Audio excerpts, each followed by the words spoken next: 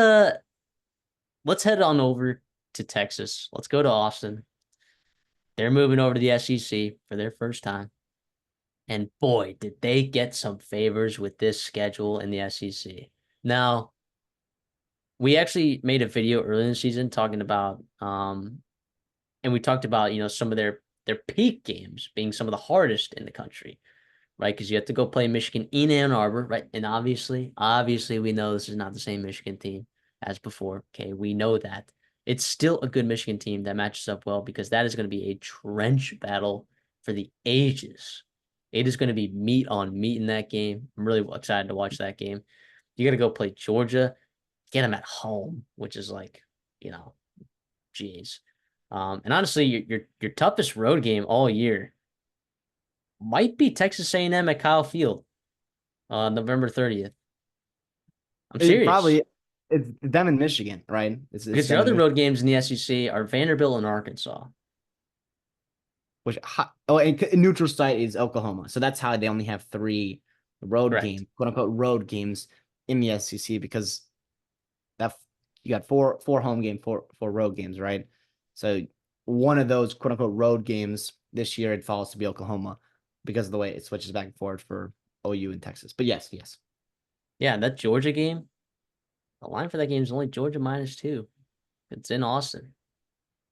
So just an interesting thought to have there. But I guess we'll talk about Texas the way we talk about every team. We'll start with their quarterback room. Okay. Obviously, you got two big names in there. Quinn Ewers, Arch Manning, uh, uh, Malik Murphy transfers out of there. He's over at Duke now, with Manny Diaz and co over there. This quarterback room's one of the better quarterback rooms in the country. I mean, Arch Manning looked really good in that spring game. Could he do it in an actual game? I don't know. I do want to focus on Quinn Ewers a little bit here. We've seen him have spectacular moments, right? And I think people are looking at Quinn Ewers through the lens of, like, is he the best quarterback in the country? Is he not? I don't think he's the best quarterback in the country. I do think he could potentially play himself into the first round. I do think he has plenty of talent around him, plenty of talent, and a play caller who is one of the best in college football. I'm so I'm still high on Quinn Ewers, in terms of improving once again this season. But I would like to see a little bit more from him. Like I do think there is another level to Quinn Ewers that we can get to. You know what I'm saying?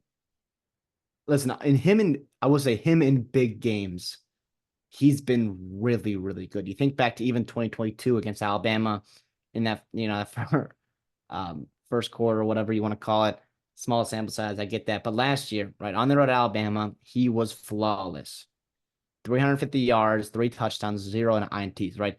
Even against Oklahoma in a loss, 350 yards, touchdowns, two interceptions, but he also was 31 for 37. Like he was really, really good.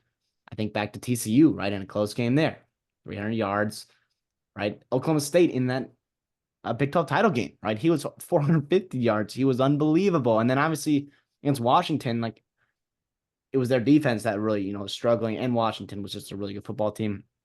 But he had over 300 yards, a touchdown, right? And running the football too. He did some nice things in that game. Listen, I'm yeah, I'm with you. Where he's not the best quarterback in the country, he doesn't have to be though. They don't have to, he doesn't have to be for them to win a national title. This team is talented enough. There's enough weapons around him. The coaching is obviously spectacular with Sarkisian and company there. To me, it's about consistency, right? Even in those, because the Big 12 last year, with all respect to the Big 12, like you've got teams like Houston, Baylor, Iowa State, Texas Tech, where you have significant talent advantages. And yes, you've got that in the SEC too. I do think they're scheduled this year a little bit more on, the smaller end of the spectrum in terms of, how tough it is in terms of the actual grind of the SEC. But you cannot just you cannot have Florida, and you can't just lay against Florida. You can't go on the road at Arkansas and lay an egg there because we saw what happened a couple years ago when Texas went into Arkansas. They really struggled. Even a team like Kentucky, to me, it's about consistency, even in year four, right? Consistency. And then how is he meshing with that new wide receiver group? It is completely overhauled from a year ago. You lose your top three guys. Um, your tight end, right? Sanders is gone as well. And obviously the talent is there, but can it mesh well with that group? Yeah, the running back room is really good. Again, I think CJ Baxter. I mean, he was the guy that I drafted uh over pretty much every other running back in the SEC. Do I think like Jarquez Hunter could produce as much as he could? Maybe. But I think Dylan Sampson could definitely. But I think CJ Baxter is one of the best running backs in the SEC. He is a phenomenal athlete, just as a true sophomore, and he's running behind a fantastic offensive line, which we'll get to. We'll talk about that in a little bit here. And Jaden Blue in the backfield there, Wisner.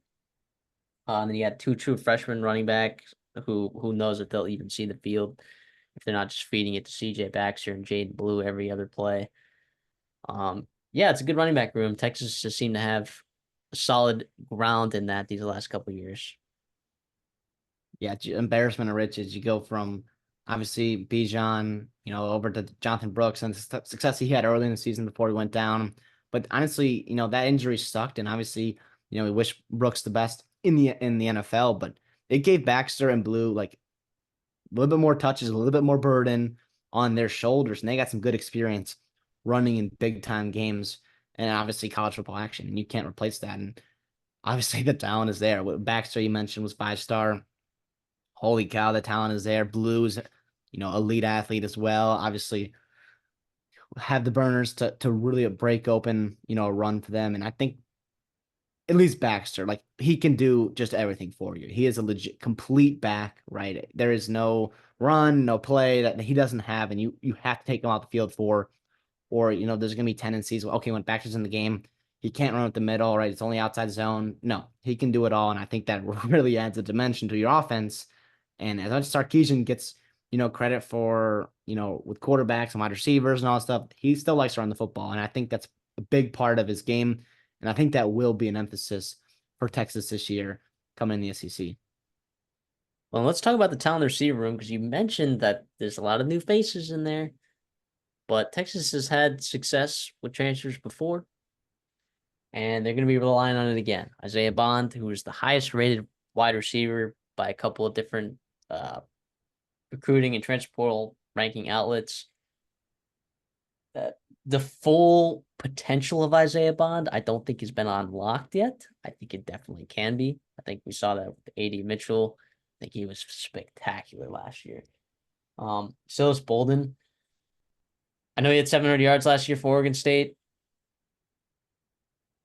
I'm not sure he's going to replace some of that production that he had from other guys in that receiver room last year. A guy who I do think is really good is Matthew Golden from Houston. He was the 4-star gem in Houston's recruiting class just a couple of cycles ago, and he enters the transfer portal after Willie Fritz gets the job there because Willie Fritz he's not throwing the ball a ton over there.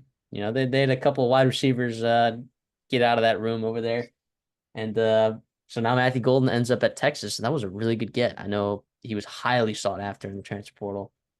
And I also love Jonte Cook, DeAndre Moore Jr., also Ryan Wingo, the true freshman that they just sniped from Missouri. It's a crime that Ryan Wingo is not playing football for Missouri. It's a crime. But here he is, and there's a really good chance that he's going to be playing early and often. I really do believe that. He's Listen, that good. Xavier Worthy was unbelievable for Texas, but I don't know if this is a bold statement or not, or Texas fans get mad. I think Isaiah Bonds is going to be better than him, especially in that role that Really. he's probably going to be playing. I think he's a better deep target than Worthy. I think Whoa. he wins those 50-50 balls just so well. I think he's a I better agree with athlete you. than Worthy. I think he might be one of the best returning wide receivers in all of college football. He's a big Wow. boost to this team. He's also, you get to the NFL Combine, and I don't know if he's going to break that record that Worthy set, but he's going to be damn close to it. He's going to be in those 4.2s. There's a reason why he's at Texas, right? Sark knows how good and how important he can be to this team, and they really invested in him, right? If you catch my drift there. But Isaiah Bond, I think, to me, that you cannot understate the importance and the impact he's going to have for Texas this year. Am I crazy for that? Is that crazy to say? Isaiah Bond timed in a 4.28 the last time he ran a 40-yard dash. Was it high school or like early college? Well, dude, it also I'm like not sure. my point is he going to be in those 4.2s? I don't think that's surprising anybody. Listen, I was so impressed with him last year. In the Alabama offense, much different than Texas's, right? I think, and Bama fans gave him a lot of flack for being the hero on the Iron Bowl game and then leaving to to cash in per se. But listen, I think he's going to be featured in this offense super well. I don't know, man. I mean, Bolden has quote unquote more experience. I'm sorry, more you know uh production, but I think Bond will be the leading receiver, and I don't think there's any doubt in my mind about it. And I love him. Yeah, I think I he's think, so. yeah, and like I said, I don't think we've unlocked the full potential of Isaiah Bond, and that could definitely happen this year. But we'll have to see. I do think overall, as a group, though, I think it has the potential to be a slight downgrade. I'm not gonna say it's a huge difference from last year's wide receiving core, which we know was really good. I think this is a slight downgrade from last year. In the tight end room, I think Amari Black plays pretty similar to Jatavian Sanders. There's a skill set, the speed and the athleticism and catching the ball. Uh, I think Jatavian Sanders is a little bigger. Am I right in saying that? He seemed bigger. I don't know what they're gonna Yeah, weigh at, but played a Nyblack little is bigger. he's a big slot receiver playing tight end, and obviously Sanders is very important for this offense, and we'll see Nyblack I think take on a similar role. He's an elite receiver. I mean, he caught that big touchdown pass against Texas last year. Sark saw what he can do in person. Is like, I need that, and I think that was again another piece that's gonna be really nice for Quinn Ewers to have. I mean, I keep saying it, but Bond and Nyblack coming from Alabama, it'll be fun. We'll see how he is blocking. I think that's where a guy like Gunnar Helm, hopefully can give you some more, push in the run game because, like we said, we love that O line and they're going to run the football with Baxter and Blue, but you can't just have an absolute turnstile there at tight end when you're running the football, and you can't really have four wide receivers out there. So I guess for when you're running the football early downs. So I don't know. I guess remains to be seen, but the tight end room is pretty darn good. Sanders was one of the best tight ends in college football last year. Black was up there too, and I think he only gets better this year. Well, you think it's a really good tight end room. You think it's a good receiver room. I think this is an amazing offensive line room. Easily one of the best in the country. We talked about it before. I know we made a video about it. If you guys want to look at that and check it out, but we'll talk about some of these guys. I'll just go across the board and I'll name the starting five. Okay. And You mean like the you All stop SEC me. team? Yeah, and you stop me when when you hear someone that you're like, maybe I don't know, maybe we could get someone better in there. Kelvin Banks, Hayden Connor, Jake Majors, DJ Campbell, Cameron Williams. Listen, no, and I'd throw Cole Hudson as a Cole six. Hudson, yep, Holy cow, absolutely. the five-star freshman Brandon Baker. Just throw him in there as a luxury piece. What can go wrong? And to me, I want to highlight, and Kelvin Banks gets his flowers because he should, right? He's one of the best tackles in college football. He's been very experienced, starting since true freshman, big time recruit, blah, yada, yada. Good for him. To me, I want to turn my attention to the right side, right? You're a little bit less experienced there. DJ Campbell, Cameron Williams. Campbell played well last year. Um, Cameron Williams came in for spot starts, I think against Kansas State. Holy cow, are those guys huge? That side of the offensive line is crazy big. And you're talking about road graders. You're talking about guys that played well. Wow. I think they should really be able to run the football behind those two guys. And when it's 3rd and 1 in the SEC or 4th and 1, and everybody knows you're running the football, and you can line up behind DJ Gamble and Cameron Williams and just get a push, and there's nothing the defense can do about it. That's nice. That is really nice to have. Yeah, I mean, if there's a reason to be high on CJ Baxter and Quinn Ewers, let me tell you this: not a guy that's effective, really. And go back and watch. I beg you to watch. Not very effective at getting rid of the football under pressure. 31% of the time, when that guy is pressured, it turns into a sack. 31% of the time. You know, it's higher than Jalen Milroe. It's higher than Jalen Milroe's pressure to sack rate. That's not good. But you know what? It doesn't matter if you're not getting pressured. Yeah. It doesn't matter. Lucky they don't give up pressures. Yeah, it was shocking. Texas allowed almost 2 sacks per game, and I would argue that a lot of that was on Quinn Ewers. That it wasn't really on that off. I mean, some of them were for sure. I mean, all of them to some degree are on the offensive line, right? But it is a responsibility of the quarterback to get rid of the football. That's an area that I'd like to see Quinn Ewers improve in this next upcoming season. Um, I Listen, the run PFF has games. them at PFF has them as at 60 pressures in the regular season last year. In the postseason, I guess, including that, 76. 76. They played how many games? 14 games. That is crazy. Quick maths. Quick maths. Five and a That is half. a And you thought three 5.5 sacks, pressures a game. 5 pressures a game. Oh my gosh. What?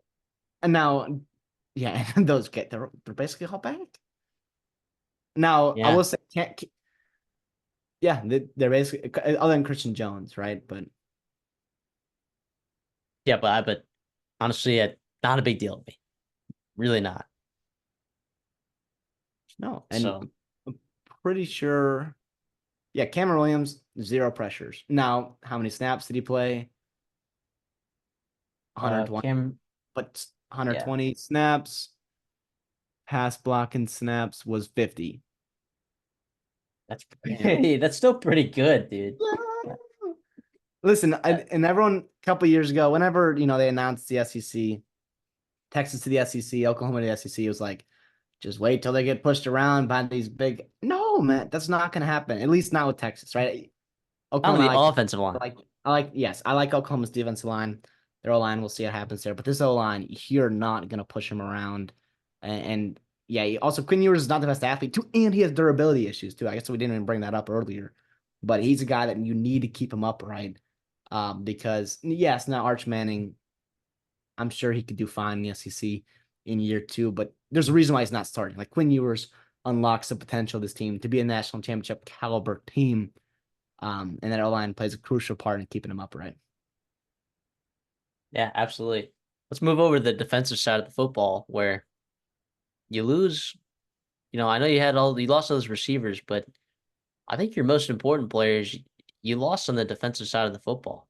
Byron Murphy and Tavondre Sweat were a ridiculous nucleus of interior defensive line that was very clearly the best in college football last year. A huge reason that they had a top 5 run defense. They were the best team in the country on third down. They were top 15 in points per game allowed in the red zone. Um, People just did not put the ball in the end zone when they got to the red zone. This was a very, very, very effective defensive unit, and it was largely in part because of the really effective defensive line. And Jalen Ford, as well, linebacker, also got drafted as well, who I thought was a undervalued as a prospect. I thought he was pretty good. You also lose Terrence Brooks. Uh, he transferred out to Illinois, I believe. Was he an all Big 12 honorable mention? Pretty sure he was. Um, with 3 interceptions back there. If my numbers are right. Yeah, 589 snaps, 3 interceptions, 3 pass breakups. Two Um, pitches, I think, or two touchdowns defensively. yeah. Although, sure they lose Terrence Brooks, I'm not worried about their secondary this year as much as maybe people are telling me that I should be. What I am worried about is their interior defensive line because I think they're trying to replace that kind of time. You can't to the same level, to the same degree. You just can't. Not saying that it'll be bad. You just can't. I look over at the defensive line, okay, and look, you bring in Trey Moore as an edge player from UTSA, guy who had 13 sacks last year, has been productive as a pass rusher. Awesome, great. You love to see that.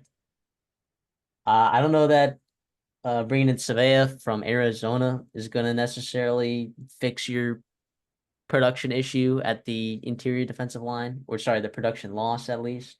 Uh, Lole coming in, uh, formerly playing at Louisville and Arizona State. I think both of those players are pretty good.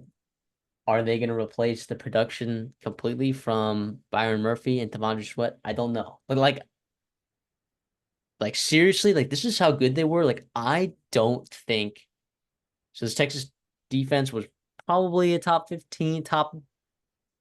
I'm not. Do I say top 10? I would have moved closer to top 20, but I'll, point I'll taken. say top 15. I think that's a nice number. They are, I believe, outside the top 40 if they do not have Byron Murphy and T'Vondre Sweat. Without a doubt. Without a doubt. Now, hey, you got Alfred Collins back, right? He was a former high recruit. And in year 5, you're hoping that the consistency is there. They've been waiting for him to put it all together. It was nice where he can give you, spot plays, spot drives when you had Sweat and Murphy as your alpha guys in that room. But this year it's his room. It's him and Vernon Broughton. Again, another 5th-year guy. He's moving in the starting role as well. You mentioned some of those other old veteran guys as well.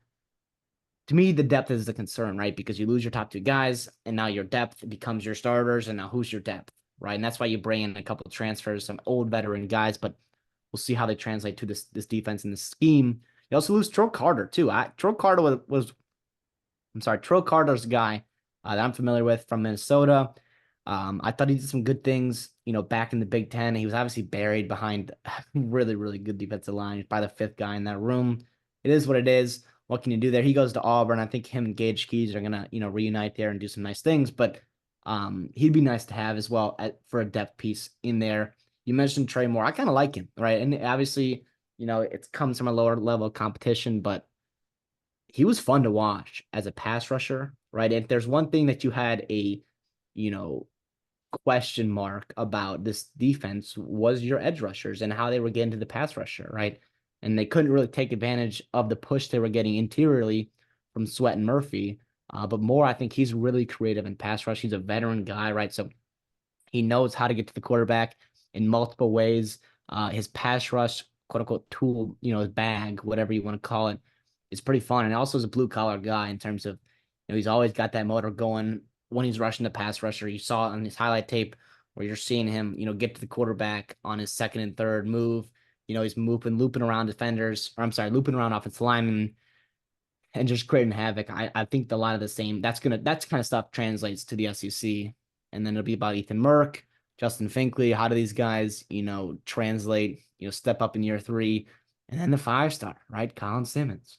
Right? What can he give you in year 1? I mean, you hope you don't have to rely upon him, but the talent, it's obviously there, right? I'm sure if you struggle getting the pass rusher, fans are gonna be, where's Colin Simmons? Where is he at? And hopefully he doesn't have to play, but I do think if he's ready to play, that's only gravy, right? That's good stuff for you. Yeah, the plus on the defensive line, all these guys that we've talked about, with the exception of Colin Simmons, have significant amounts of important snaps in college football, right? It just like I keep saying it, but like a guy like does Ethan Burke and Barron Sorrell look even as good as they did last year, without those guys in the interior, right? Like I just think like they were that good. Like they were that good. And I am concerned. I think this will be still one of the, can I say top half in the SEC? I could probably say top half in the SEC defensive line. I'm not going to go ahead and say that it's going to be a top 4, top 5. I don't think I can say that right now. We could by the end of the season, we could be like, wow, like look, this unit, look, they're all rotating in. They're hot and fresh on third down. Look at Colin Simmons coming off the edge. I mean, we could be saying a lot of really good things about this defensive line by the end of the year, but I'm not going to say them yet. I'm not going to say them yet. Listen, I'll say if we are saying that, I think that means really, really good things for Texas, right? In Oh terms of yeah. what they want to do in their goal and their aspirations for this season. Uh, yeah. Oh, absolutely. Let's go to the linebacking room. Anthony Hill Jr. He was pretty good for them last year, I thought. He was pretty good. I think people overvalue his performance last year, but I think he was still really good, and I think he can only get better, man. He was a fantastic athlete from Denton Ryan. Uh, he's going to be really effective for them this year. I think he will take a big step for them. So my expectations for him are pretty high going into this next year, and I think a lot of that defense is going to depend on how well that he does play in that spot. What is he gonna play? Will? No, he's gonna play Mike. He's gonna be playing Mike. He's replacing your guy Jalen Ford. Yeah, see, I think he should play Will. Yeah. Well, I mean, you lose a guy. Pete Kwiatkowski's still there. We lose Jeff Choate. Yeah, Jeff Choi. Yeah, over to Nevada. So But you Kwiatkowski and Johnny Nansen are coming into that defense. mhm. The coach and linebackers as well. I mean, yeah, he is talented. I'm with you here where I like him in space. I like him, kind of having the freedom as a will guy to make plays. But 'Cause I he guess is they that athletic. He is that athletic. But he could still do it, man. I mean, like if you could play Will, you could probably play Mike, but um I think his skill set might be better in Will. But then again, I don't know. Can it depends on the person Gabenda around can too. Yeah. yeah, can Gabenda play Mike? I don't know. I don't know. I bet Blackwell, right? Or yeah. No. Yeah, Gabenda. Yeah. Gillette, Yeah, but Galette's young. Gabenda and Gillette. Well, he's younger, but I'm just saying I think those are other guys that could play it if need to be. But Yeah. I wonder if they're gonna, on first and second down he's at Mike, but I wonder if they've got packages on third down. And I guess they're just not telling us or whatnot where you can move him around. They had him on the D line a little bit last year, or at quarterback skip spy. I remember him against Jalen Milroe a couple times last year. And you've got some athletic quarterbacks on your schedule, right? So you're gonna have to, I guess, deal with that aspect too, and figure out what you want to do with your linebacking core. But regardless, so this is probably, I guess, your front seven is general, but I feel a little bit better about the defensive line than I do maybe about this linebacking core. Is that crazy to say? you feel better about the defense line than the linebacking core? Just a little bit, yeah. In terms of the number of pieces on the defensive line, yeah, I feel better about that. Yeah. Now, and Hale, we talked about as a good player. Gabenda, Blackwell, they've got nice experience. But I mean, Ford was pretty good last year, and he got drafted in the NFL, deservingly so. But he was there for a while, and he's gonna be a tough guy to replace. Yeah. Let's move over to the secondary, which I think, yeah, sure, you lose Terrence Brooks, but gee, I don't know. I mean, I think the secondary has a chance to get better. I think it has a chance to be a lot, way more improved secondary, and I think Johnny Nansen is going to help with that a lot as well. I think he was a great add on the coaching staff of the defensive end of the ball, coming over from Arizona. Um, this guy that worked closely with Tacario Davis. Um, I think this secondary and that Arizona secondary was really good last year, and it was a huge part of the reason why that defense was so good and took the jump that they did. I think the secondary at Texas can take a similar jump, man. I think it can. I really like Jade Barron. I really like Malik Muhammad. I mean, gee, why was he not starting earlier? Like, holy cow. Um, he was really effective. Gavin Holmes was the guy that only played 300 snaps last year. He came from Wake Forest last year. I was really high on him coming into last season. I think he's a guy that could potentially end up starting on this defense, potentially. I don't know that he will. I think Javion Cole coming over there, I think he could also be really effective. And then the highlight, is the guy that you bring in, Andrew Makuba from Clemson, the really athletic safety who's just going to cause havoc back there. And then you also got Derek Williams, who's a true sophomore who played almost 400 snaps last year, who I thought was okay, but I think he's going to benefit because I think there's talent. I think there's talent in the secondary. I really do. And I don't think a lot of people are ready to admit it. Boy, you mentioned Williams. He beat out a guy, Jaron Thompson, right? He's gonna go over start for Auburn. Derek Williams came in and earned that job by the end of the year and played pretty darn well in some big games. Barron, I love at nickel. We've talked about how much we love about Malik Muhammad. I feel pretty good about, some of the newcomers. You mentioned Gavin Holmes, right? But some of the newcomers in that cornerback room, Javion Cole, and also how about Kobe Black, right? Yeah, that's I did a recruit as well. 6'4", 190, coming from Waco, Texas. That's a nice piece to add there. Filsame, right? Another kid from McKinney, Texas. He's a highly rated defensive back recruit as well. I mean, the talent just keeps being replenished as well. Even though And you had some guys transfer out, I still think they feel really good about this room. yeah, man. And I think the difference is going to be Johnny Nansen, man. Mhm. I really think it is. I really think it is. That staff is good. And now you lose. I just didn't talk about. We lose Bo Davis over on that D line. He's going to LSU, but that staff defensively is pretty darn good. It is. It is very exceptional. Let's talk about the schedule because I did mention, that they did get an easy draw in the SEC, which they did. They're out of conference though. They actually scheduled some pretty decent out of conference teams that you would expect them to win. Or three of them, obviously. The three that you expect them to win, right? Actually, I'll just go through it list by list, right? You're out of conference is your first 4 weeks. It's Colorado State at home. You go to Ann Arbor to play Michigan. You get UTSA at home and Lou Monroe. So, uh, I think UTSA, not that's like a super strong scheduling thing. Like Colorado State and UTSA like aren't the worst teams in college football. So I do kind of, I don't know, commend them. I don't think that's what they were trying to do when they scheduled those guys, but No. but sure, yeah. I mean, your first 3 weeks out of conference is probably as close to as tough of out of conference you can get, besides maybe LSU getting USC and UCLA. Anyways, then after Lou Monroe, September 21st, then you go to Mississippi State and you get them at home. You have a bye. You have Oklahoma at neutral site, Georgia at home, Vanderbilt on the road. Then you have a bye, Florida at home, Arkansas on the road, Kentucky at home, Texas A&M on the road to end the season. So yeah, you draw the three best teams that you can possibly draw in Vanderbilt, Arkansas, Mississippi State. Your toughest game of the entire season is Georgia. You get them at home, which is a big deal. Florida, you get at home. And what's crazy is you get the Vanderbilt and Arkansas on the road, man. You get them on the road. That's such a valuable thing. When you're a really good team and you're playing some of the worst teams in your conference, you don't need those teams at home. Go play those teams on the road. Not that they have a ton of control over that. But then you just get those good teams coming at home. So your ceiling for your schedule, and I will talk about this with Texas A&M because it is very relevant.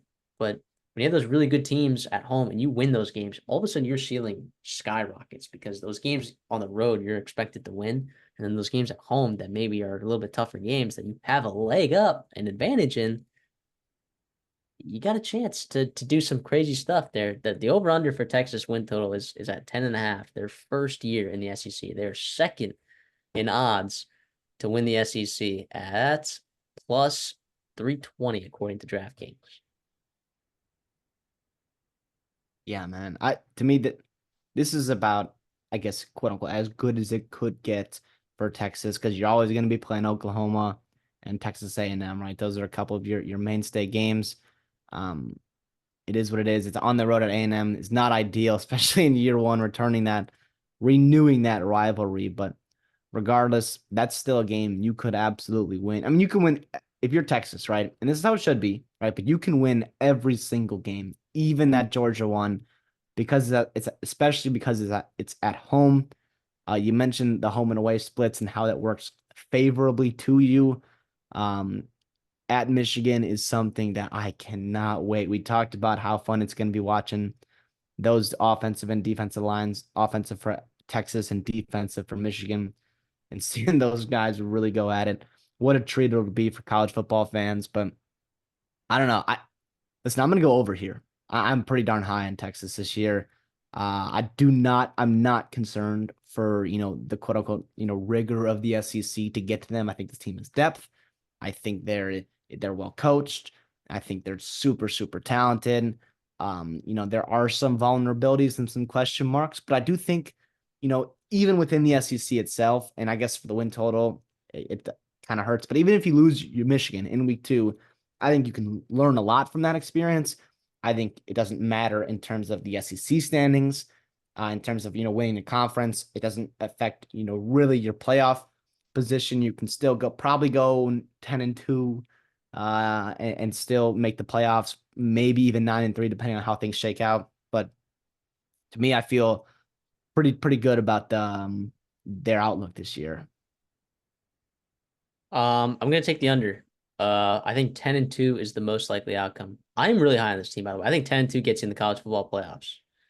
And dangerous If team, yeah. as long as Michigan stays relevant, if they can win that game, and then if your losses come to, well, actually, so here's the thing. I kind of chalk it up 10-2. I think one of those losses is Texas A&M at Kyle Field.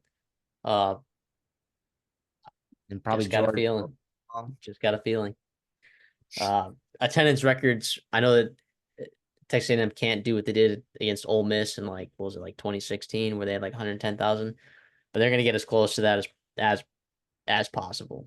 Um, There are they rumors already redshirt sophomore is going to be there. There are rumblings. there are rumblings that the redshirt sophomores will travel to that game, and yeah, I mean the student passes that they give out at Texas A&M every year they let you always have like you could buy a package where you get one like guest ticket. You know, it's more expensive, so you get your ticket for the game, right? And then you also get a guest ticket for every single home game.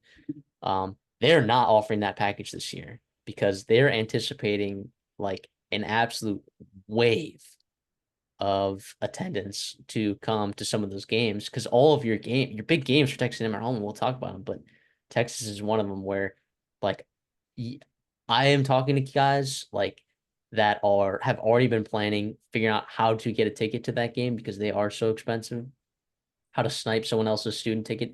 People have been talking about it and selling their sports passes ahead of time, literally, literally since February. I've heard people talking about it. So when I say like that is a big game for Texas A&M's program and also those fans. It is a big game. So I do think I think Georgia beats Texas. I do. Even on the road, I think it'll be a great game.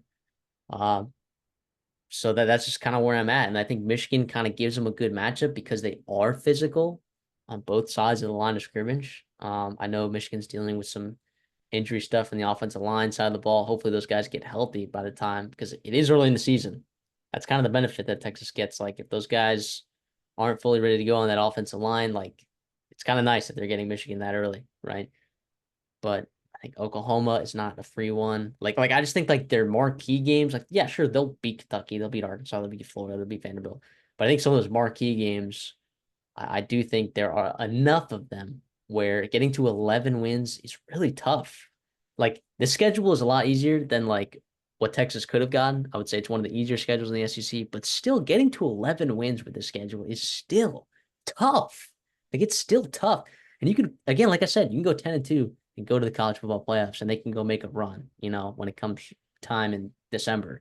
But I think 10-2 is more likely than 11-1. Well, That's yeah, what I'll and you go with. mentioned those big games, probably four of them, right? Oklahoma, Michigan, at Michigan, at A&M, and then of course Georgia.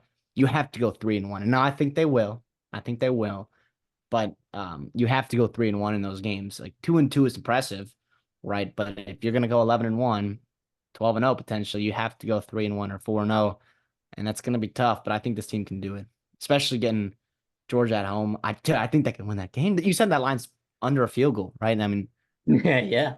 in Georgia, and I'm not that they've had some stuff going on. They've had a busy offseason, right? A busy offseason. I wonder what's going on behind there. I'm not gonna, make an assumption on that. And obviously I'm not betting this line, right? I don't encourage you guys to do that either, but if you want to, that's your prerogative. But I wonder if Georgia, who we're super high on, especially talent wise, is vulnerable this year. And I wonder if, and Texas is obviously talented enough to beat them just straight up as well.